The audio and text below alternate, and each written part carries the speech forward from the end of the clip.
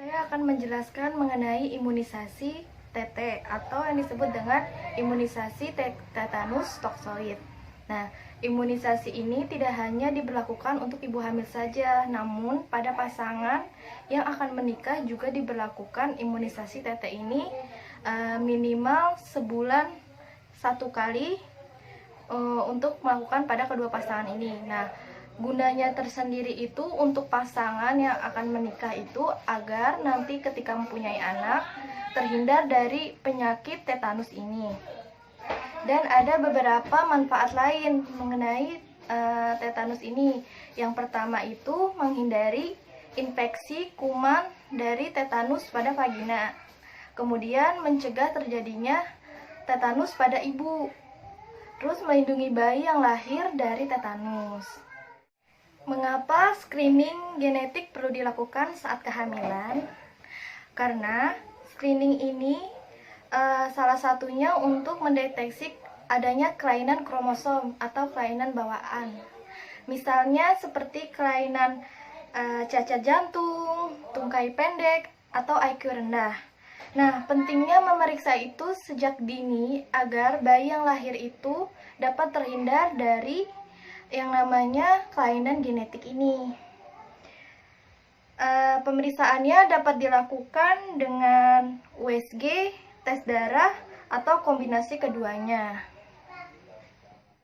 Nah, sekarang saya akan membahas mengenai asam folat pada ibu hamil. Nah, kebutuhan asam folat itu sebanyak 400 mikrogram per hari sebelum hamil. Jadi buat pasangan yang ingin mempunyai program kehamilan harus mengkonsumsi ini asam folat ini 400 mikrogram per hari. Nah, kemudian kebutuhannya itu 3 bulan sebelum kehamilan, gunanya untuk menghindari kecacatan tabung syaraf pada janin. Jika memenuhinya dari makanan, jadi kita perlu mengkonsumsi makanan yang mengandung asam folat ini. Biasanya juga ketika kita periksa di bidan atau di rumah sakit, kita akan diberi suplemen tambahan untuk kebutuhan asam folat kita. Jadi asam folat ini dia sangat dibutuhkan di trimester awal untuk terhindarnya dari kecacatan pada janin. Nah, selain itu, pada saat kehamilan kita harus mengkonsumsi makanan-makanan yang bergizi, yang bernutrisi baik untuk ibu dan janin. Jadi, makanan yang baik dan bernutrisi itu dia di dalamnya sudah terkandung macam-macam dari karbohidrat, protein, vitamin, lemak, dan serat yang baik untuk ibu hamil.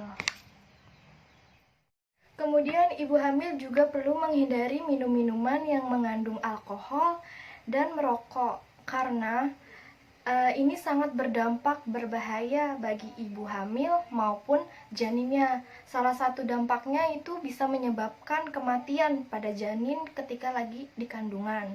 Kemudian dapat menyebabkan SIDS atau SIDS, yaitu sindrom yang menyebabkan kematian mendadak pada bayi yang berusia kurang dari 1 tahun. Pada ibu hamil juga dianjurkan tidak boleh mengkonsumsi kafein yang berlebihan. Kafein ini terkandung biasanya dalam minuman seperti kopi, teh, karena saat hamil, konsumsi kafein yang berlebihan dapat menyebabkan anemia, keguguran, bayi lahir dengan berat badan rendah. Pokoknya ini sangat tidak dianjurkan bagi ibu hamil karena dampak-dampaknya itu selain berbahaya bagi ibunya juga berbahaya bagi anaknya. Ibu hamil juga dianjurkan untuk menjaga kesehatan dengan olahraga ringan. Contohnya itu seperti berjalan santai. Nah, bisa dilakukan per hari itu 30 menit waktunya.